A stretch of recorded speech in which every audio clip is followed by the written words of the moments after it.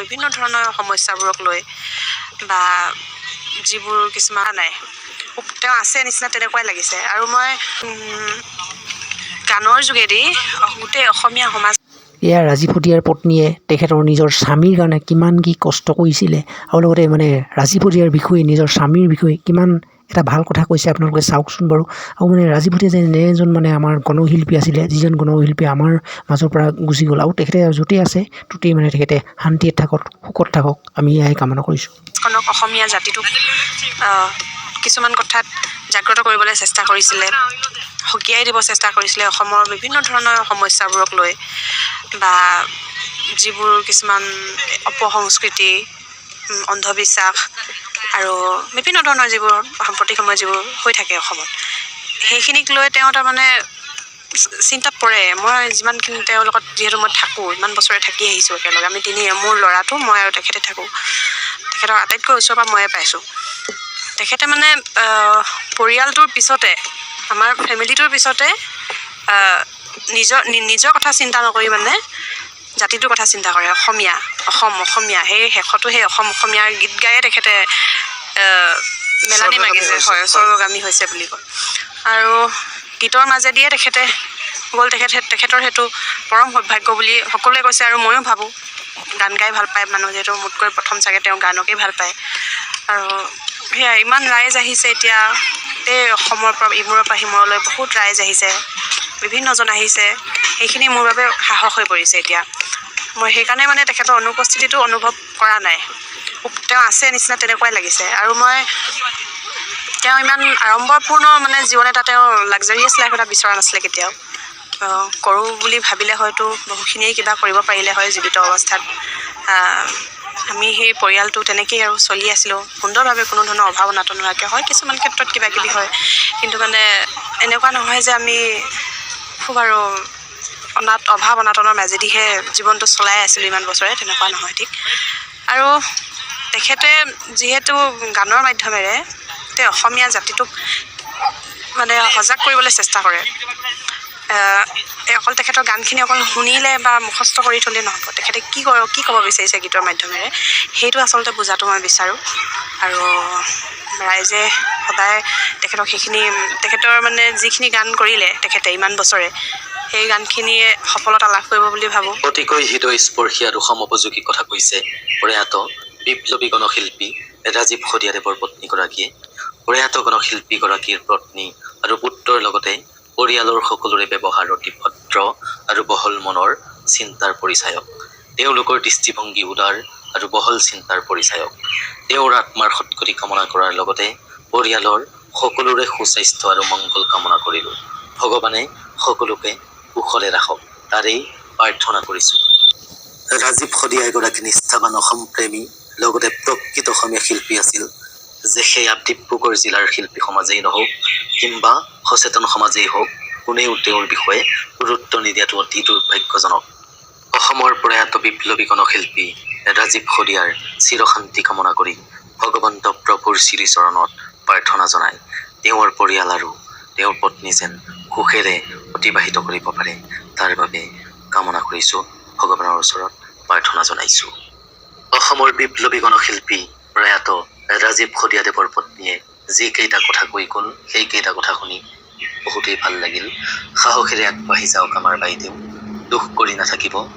আমি অসমীয়া নাৰী ইমান দুৰ্বল নহয়।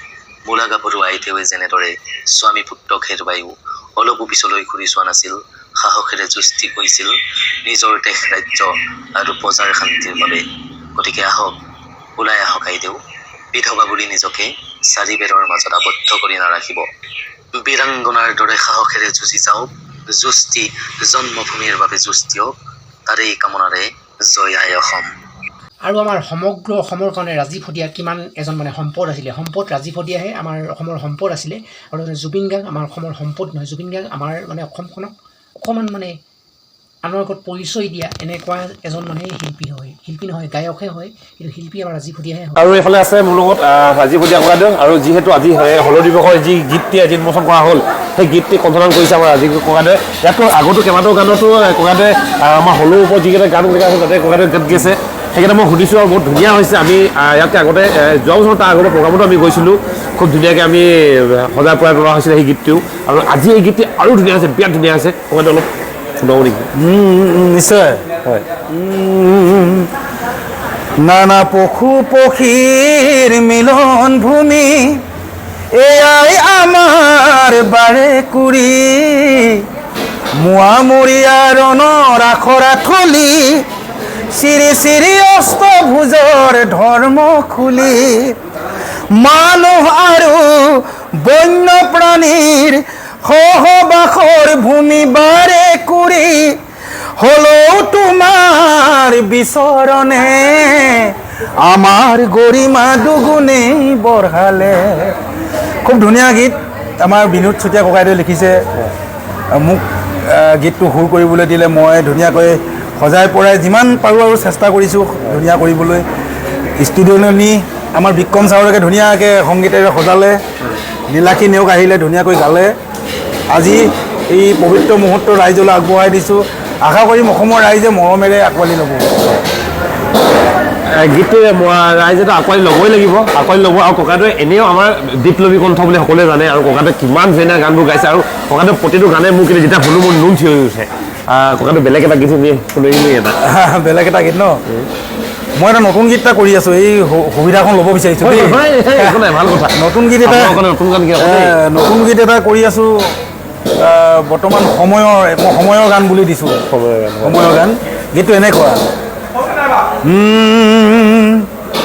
উচুপি নাথাকিবি চকু লুবুৱাই হাতু ভনীৰে ধৰণী আই উচুপি নাথাকিবি চকু লুবুৱাই হাতু ভনীৰে ধৰণী আই সৰু সৰু মোৱা পুথি হাততে পাই সৰু সৰু মোৱা পুথি হাততে পাই বৰ বৰ হাল শিঙি পিছলি যায় হাতু ভনীৰে মিলি মাছকে ভগাই অসমীৰ ভাগতে ইলিচ মাছ পায় এটা ধুনীয়া খুব কম দিনৰ ভিতৰতে আমাৰ বিক্ৰম ছাৰকে সংগীত কৰি আছে গতিকে খুব কম দিনৰ ভিতৰতে ৰাইজলৈ আগবঢ়াম আৰু এই চেগতে অহা 23 আৰু 24 অক্টোবৰ তাৰিখে বিশ্ব হলৌ দিৱস আয়োজন কৰা হৈছে বাৰেকুৰি দীঘল হাকুকাঙত